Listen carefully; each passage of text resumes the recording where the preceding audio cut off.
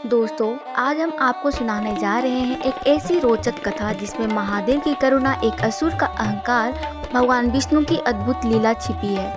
यह है भस्मासुर के अंत की कहानी। प्राचीन काल में भस्मासुर नाम का एक असुर था। वह अत्यंत महत्वाकांक्षी और बलशाली था, लेकिन उसे और शक्ति चाहिए थी। उसने यह ठान लिया कि वह ऐसा वरदान प्राप्त करेगा जिससे वह अजय हो जाए। भस्मासुर ने भगवान शिव की घोर तपस्या शुरू की। वर्षों तक उसने कठोर व्रत और तप किया, केवल शिव का ध्यान करते हुए। भक्ति और तपस्या से प्रसन्न होकर महादेव प्रकट हुए और बोले, भस्मासुर, तुमने कठोर तप किया है, बताओ तुम्हें कौन सा वरदान चाहिए। भस्मासुर ने कहा, मुझे यह वरदान दीजिए कि मैं जिस किसी के सिर पर हाथ रख दूं वह तुरंत भस्म हो जाए। महादेव, जो अपने भक्तों को कभी निराश नहीं करते, ने यह वरदान दे दिया। वरदान मिलते ही भस्मासुर का अहंकार बढ़ गया। उसने सोचा, अब मैं संपूर्ण ब्रह्मांड का स्वामी बन सकता हूँ। अचानक उसके मन में एक दुष्ट विचार आया, क्यों न इस वरदान की शक्ति स्वयं शिव पर ही आजमाई जाए। भस्मासुर महादेव की ओर दौड़ा। उनके सिर पर हाथ रखने के लिए महादेव ने उनकी मनसा समझ ली और तुरंत वहां से निकलकर भागने लगे। वे पर्वतों, जंगलों और नदियों को पार करते हुए अंत में भगवान विष्णु के पास पहुंचे। महादेव विष्णु से कहा, भाई, यह असुर मेरे वरदान का दुरुपयोग करना चाहता है, केवल तुम ही इससे रोक सकते हो। भगवान विष्णु मुस्कुराए और बोले, चिंता मत करो, मैं इसे अपनी ही जाल में फंसा दूंगा। विष्णु ने अपना मोहिनी रूप धारण किया। एक अत्यंत सुंदर स्त्री जिसकी सुंदरता देख असुर भी मोहित हो जाए। और भस्मासुर ने मोहिनी को देखा तो वह तुरंत मोहित हो गया और उसके पीछे पीछे चल पड़ा। मोहिनी ने मुस्कुरा कर कहा, अगर तुम मुझसे विवाह करना चाहते हो तो पहले मेरे साथ नृत्य करना होगा और हर एक मुद्रा की नकल करनी होगी। भस्मासुर ने बिना सोचे समझे यह शर्त मान ली। नृत्य के दौरान मोहिनी ने ऐसी मुद्राएं बनाई कि भस्मासुर उनकी हूबहू नकल करता रहा। अंत में मोहिनी ने अपने हाथ को सिर पर रखा और भस्मासुर ने भी वही किया। जैसे ही उसका हाथ उसके सिर पर पड़ा, वरदान के प्रभाव से वह स्वयं भस्म हो गया। संकट समाप्त होने के बाद महादेव ने विष्णु का आभार व्यक्त किया। देवताओं ने भी राहत की सांस ली, क्योंकि भस्मासुर का आतंक समाप्त हो चुका। यह कथा हमें सिखाती है कि अहंकार और शक्ति का दुरुपयोग अंततः विनाश की ओर ले जाता है। महादेव की करुणा और विष्णु की बुद्धिमानी ने मिलकर संसार को एक बड़े संकट से बचाया।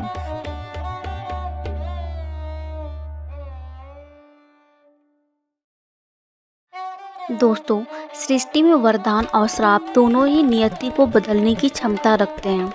कभी एक श्राप ने देवताओं को संकट में डाल दिया, तो कभी एक वरदान ने किसी असहाय की किस्मत बदल दी। आज हम आपको सुनाने जा रहे हैं वो वरदान जिसने बदल दी किस्मत। प्राचीन समय में एक गरीब ब्राह्मण रहता था। उसका नाम था धनेश्वर। वो सीधा साधा, विनम्र और शिव भक्त था। हर सुबह उठकर शिवलिंग पर जल चढ़ाता और ओम नमः शिवाय का जाप करता। पर उसके जीवन में दुख ही दुख थे।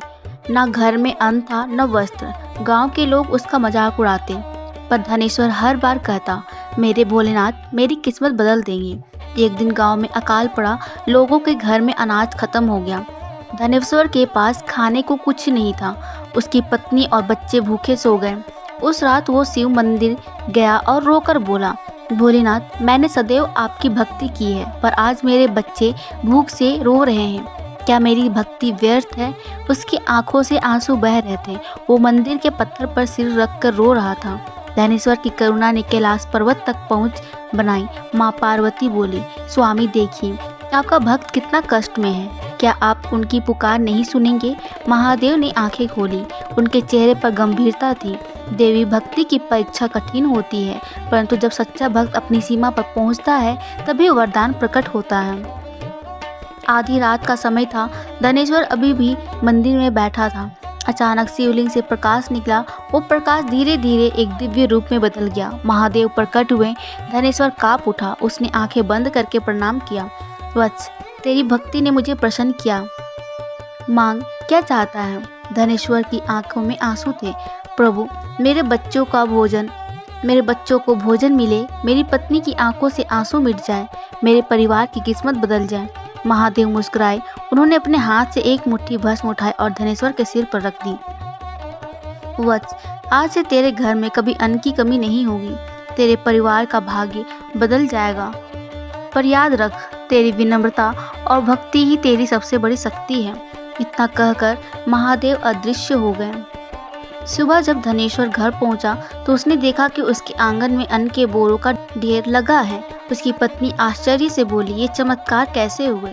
धनेश्वर ने मुस्कुरा कर कहा, ये मेरे भोलेनाथ का वरदान है। धीरे धीरे गांव वालों ने देखा कि धनेश्वर का घर सुख समृद्धि से भर गया। जो लोग उसका मजाक उड़ाते थे वही अब उसे प्रणाम करने लगे। पर धनेश्वर ने कभी घमंड नहीं किया। वो हर दिन शिव मंदिर जाकर जल चढ़ाता और कहता, ये सब मेरी भक्ति का नहीं, मेरे भोलेनाथ की करुणा का परिणाम है। उसका जीवन सबके लिए प्रेरणा बन गया है। गांव के लोग भी शिव भक्ति करने लगे। स्वामी, यही कारण है कि मैं आपको भोलेनाथ कहती हूँ। आप अपने भक्त की पुकार तुरंत सुनते हैं। आपका वरदान सिर्फ किस्मत की नहीं बल्कि जीवन भी बदल देता है। महादेव मुस्कुराए और बोले, देवी, मेरा हर वरदान तभी प्रभावी होता है जब शक्ति की करुणा उसके साथ हो। यही कारण है कि शिव और शक्ति साथ हैं। दोस्तों, यही थी कथा, वो वरदान जिसने बदल दी किस्मत। ये कथा हमें सिखाती है कि सच्ची भक्ति कभी व्यर्थ नहीं जाती। भले ही समय कठिन हो, पर श्रद्धा और विनम्रता अंततः किस्मत बदल देती है। महादेव सिर्फ संहारक नहीं बल्कि करुणा और दया के भी सागर हैं। उनका हर वरदान एक नया जीवन की शुरुआत है। दोस्तों, आज हम आपको सुनाने जा रहे हैं भगवान महादेव की उस महान लीला की कथा जिसमें उन्होंने त्रिपुरासुर नामक दैत्य का संहार कर धर्म का पुनः स्थापना की। यह है त्रिपुरासुर का वध की अमर कहानी। प्राचीन काल में तारकासुर नाम का एक प्रबल दैत्य था जिसे भगवान शिव के पुत्र कार्तिकेय ने युद्ध में मारा था। तारकासुर के 3 पुत्र थे, तारकाच, कमलाच और विद्युन्माली। पिता की मृत्यु के बाद वे बदले की आग में जलने लगे और उन्होंने कठोर तपस्या करके ब्रह्मा जी को प्रसन्न किया। ब्रह्मा जी ने उनसे वरदान मांगा तो तीनों ने कहा, हम ऐसे 3 नगर दीजिए जो आकाश में रहे और हर 1000वें वर्ष में केवल एक क्षण के लिए एक सीध में आए। उसी समय हमें मारा जा सके, अन्यथा हम अजय रहें। ब्रह्मा जी ने उनकी तपस्या से प्रसन्न होकर यह वरदान दिया कि मायासुर ने उनके लिए 3 अद्भुत नगर बनाए, एक सोने का, एक चांदी का और एक लोहे का। ये नगर आकाश में विवरण करते और एक क्षण के लिए एक सीध में आते थे। वरदान पाकर तीनों दैत्य अत्याचारी हो गए। उन्होंने देवताओं का परास्त कर दिया। तीनों लोकों में भय फैल गया। देवता, ऋषि और साधु संत परेशान होकर भगवान विष्णु और ब्रह्मा के पास पहुँचे। ब्रह्मा और विष्णु ने कहा, इस संकट का अंत केवल महादेव कर सकते हैं। सभी देवता कैलाश पर्वत पहुँचे और महादेव से प्रार्थना की, प्रभु, त्रिपुरासुर का अत्याचार बढ़ गया है, धर्म नष्ट हो रहा है, केवल आप ही इन्हें समाप्त कर सकते हैं। महादेव ने देवताओं की प्रार्थना स्वीकार की और एक अद्वितीय रथ बनवाया। पृथ्वी उसका आधार, सूर्य और चंद्र उसके पहिए, मेरु पर्वत उसका ध्वज दंड और विष्णु स्वयं सारथी बने। वेदों का धनुष, सर्पों का धनुष की डोरी और अग्नि का बाण बनाया गया। महादेव ने कहा, जब तीनों नगर एक सीध में आए तभी एक ही बाण से इनका नाश करूंगा। हजारों वर्षों की प्रतीक्षा के बाद वह क्षण आया जब तीनों नगर एक पंक्ति में आ गए। उस क्षण महादेव ने अपने धनुष पर अग्नि बाण चढ़ाया और भगवान विष्णु के साथ में उसे छोड़ा। अग्नि बाण ने तीनों नगरों को भस्म कर दिया और त्रिपुरासुर वहीं समाप्त हो गए। देवताओं ने त्रिपुरारी महादेव के जयकारे लगाए। त्रिपुरासुर का वध करने के कारण महादेव को त्रिपुरारी और त्रिपुरांतक नाम से भी जाना जाता है। इस विजय दिवस को त्रिपुरारी पूर्णिमा के रूप में मनाया जाता है। यह कथा हमें सिखाती है कि अधर्म चाहे कितना भी बलवान क्यों ना हो, सत्य और धर्म की विजय निश्चित है। महादेव का यह स्वरूप धर्म की रक्षा और अहंकार का अंत का प्रतीक है। मित्रों, त्रिपुरासुर वध की यह कथा हमें बताती है कि सही समय, धैर्य और दिव्य संकल्प से दोस्तों, आज हम आपको सुनाने जा रहे हैं चंद्रदेव और भगवान शिव की वह पावन कथा जब चंद्रमा को महादेव का आश्रय मिला और वे उनके मस्तक का अलंकार बन गए। यह है चंद्रमा को मिला शिव का आश्रय। चंद्रमा जिन्हें चंद्रदेव कहा जाता है, अपनी शीतलता, सौंदर्य और रोशनी के लिए प्रसिद्ध थे। उनकी चमक से रात जगमगाती और धरती पर शांति का वातावरण बनता था। वे दक्ष प्रजापति के दामाद थे और उनकी 27 पुत्रियों से बुआ हुआ था, जो नक्षत्रों के रूप में जानी जाती। चंद्रदेव सभी पत्नियों में से रोहिणी से सबसे अधिक प्रेम करते थे। वे अपना अधिकांश समय रोहिणी के साथ बिताते, जबकि बाकी पत्नियां उपेक्षित महसूस करने लगीं। जब यह बात दक्ष प्रजापति को पता चली तो वे अत्यंत क्रोधित हुए। उन्होंने चंद्रदेव को श्राप दिया, तुम्हारी यह सुंदरता और चमक धीरे धीरे छिन्न हो जाएंगे और तुम छिन्न होकर विलुप्त हो जाओगे। श्राप लगते ही चंद्रदेव की रोशनी घटने लगी। वे सभी देवताओं और ऋषियों के पास गए, लेकिन कोई भी दक्ष के श्राप को पूरी तरह टाल नहीं सका। आखिरकार नारद मुनि ने उन्हें सलाह दी, यदि कोई तुम्हें इस श्राप से मुक्त कर सकता है तो वो महादेव है। कैलाश पर्वत पर जाकर उनकी आराधना करो। चंद्रदेव कैलाश पहुँचे और कठिन तपस्या में लीन हो गए। उन्होंने हजारों वर्षों तक ओम नमः शिवाय का जप किया। चंद्रदेव की भक्ति से प्रसन्न होकर महादेव प्रकट हुए और बोले, चंद्र, तुम्हारा अहंकार तुम्हें इस स्थिति तक ले आया, लेकिन तुम्हारी भक्ति सच्ची है। मैं तुम्हें पूर्णतः श्राप मुक्त तो नहीं करूँगा, परंतु तुम्हें एक वरदान देता हूँ। महादेव ने कहा, तुम महीने के 15 दिन छिन्न होगे और 15 दिन बढ़ोगे। इस तरह तुम्हारी सुंदरता बार बार लौटेगी। उन्होंने चंद्रदेव को अपने मस्तक पर स्थान दिया और अर्ध चंद्र के रूप में उन्हें धारण किया। इस आशीर्वाद से चंद्रदेव न केवल श्राप से आंशिक रूप से मुक्त हुए, बल्कि वे महादेव के मस्तक का अलंकार बनकर अमर हो गए। आज भी शिवलिंग पर जल चढ़ाते समय भक्त चंद्रमा का विशेष रूप से स्मरण करते हैं। यह कथा हमें सिखाती है कि अहंकार पतन का कारण है, लेकिन सच्ची भक्ति से हम अपनी गलतियों को सुधार सकते हैं और ईश्वर का आश्रय पा सकते हैं। मित्रों, चंद्रमा का मिला शिव का आश्रय केवल पुरानी कथा नहीं, बल्कि यह इस सत्य का प्रमाण है कि महादेव अपने भक्तों को न केवल शरण देते हैं, बल्कि उन्हें नया जीवन और सम्मान भी प्रदान करते हैं। जब भी आप किसी शिव मंदिर में जाते हैं, वहाँ आपको एक विशेष प्रतीक दिखाई देता है, शिवलिंग।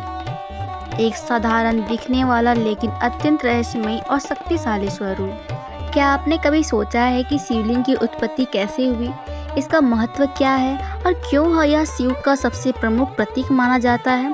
आज हम आपको सुनाएंगे शिवलिंग की उत्पत्ति कथा, एक ऐसी कथा जो आपके शिव के स्वरूप की गहराई से परिचित कराएगी। बहुत समय पहले जब सृष्टि की रचना प्रारंभ हुई थी, ब्रह्मा और विष्णु पालक के बीच यह विवाद उत्पन्न हुआ कि कौन श्रेष्ठ है।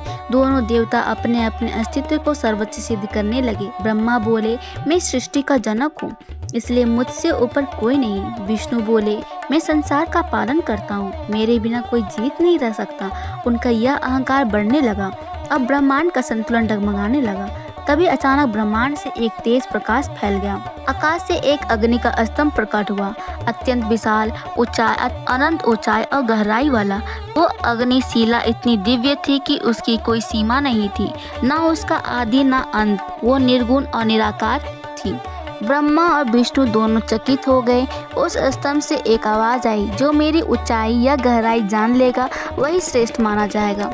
ब्रह्मा ने कहा, मैं हंस का रूप लेकर ऊपर उड़कर उसके शिखर तक जाऊंगा, और वह ऊंचाई की ओर चल दिए।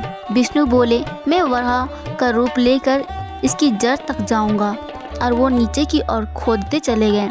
हजारों वर्षों तक दोनों अपनी अपनी दिशा में बढ़ते रहे, लेकिन किसी को भी न आदि मिला न अंत। विष्णु समझ गए कि यह कोई परम शक्ति है। उन्होंने लौटकर अपनी हार स्वीकार की, लेकिन ब्रह्मा ने झूठ बोल दिया, मैंने इसका शिखर देख लिया है। उन्हें लगा कि वो श्रेष्ठता का स्थान पा लेंगे। तब भी उस अग्नि स्तंभ से स्वयं महादेव प्रकट हुए, तेजस्वी, भस्म लिप्त, त्रिनेत्रधारी। उन्होंने क्रोधित होकर ब्रह्मा से कहा, तुमने अहंकारवश झूठ बोला, लेकिन तुम्हारी पूजा इस संसार में नहीं होगी। और उन्होंने विष्णु की विनम्रता की सराहना की। फिर महादेव बोले, यह अग्नि स्तंभ मेरा स्वरूप है, लिंग रूप। मैं निराकार हूँ और यह रूप मेरे अस्तित्व का प्रतीक होगा। जो मेरे इस लिंग रूप की पूजा करेंगे उसकी सभी मनोकामनाएं पूर्ण होंगी। यही से हुआ शिवलिंग की उत्पत्ति। लिंग शब्द का अर्थ है चिन्ह या प्रतीक। शिवलिंग कोई साधारण पत्थर नहीं, यह ब्रह्मांड की अनंतता और शिव के निराकार स्वरूप का प्रतीक है। ऊर्ध्वगामी आकाश सृष्टि की उत्पत्ति, स्थिति और लय का प्रतीक। यह बताता है कि शिव किसी रूप से सीमित नहीं है, वो सब में समाहित है। आज वैज्ञानिक भी मानते हैं कि शिवलिंग का आकार ब्रह्मांड के रूप से मेल खाता है। शिवलिंग के ऊपरी गोल भाग ऊर्जा का केंद्र, नीचा भाग स्थिरता का प्रतीक, जलाधारी संतुलन और जीवन का प्रवाह का संकेत। शिवलिंग पर जल चढ़ाने से ऊर्जा संतुलन, मानसिक शांति, आध्यात्मिक जागरण होता है। शिवलिंग की पूजा अत्यंत फलदायी मानी जाती है। रोगों से मुक्त, वैवाहिक जीवन में सुख, मानसिक तनाव से राहत, आध्यात्मिक उन्नति, मोक्ष की प्राप्ति। ओम नमः शिवाय का जप करते हुए शिवलिंग पर जल अर्पित करना शिव भक्तों के लिए सबसे सरल का शक्तिशाली उपाय है। स्वयंभू शिवलिंग जो प्रकृति से रूप प्रकट हुए। स्थापित शिवलिंग जो साधकों द्वारा पूजित किए गए। ज्योतिर्लिंग 12 पवित्र शिवलिंग जिनका वर्णन शिव पुराण में मिलता है। तो दोस्तों, शिवलिंग केवल पत्थर नहीं या महादेव की चेतना का केंद्र है। वह हमें याद दिलाता है कि ईश्वर ना तो रूप में बंधे हैं, ना ही नाम। वो तो अनंत, अद्वितीय और निराकार है। आज जब भी आप किसी शिवलिंग के सामने खड़े हो तो केवल जल न चढ़ाएं, अपना मन, अपनी भावना और अपना समर्पण भी अर्पित करें।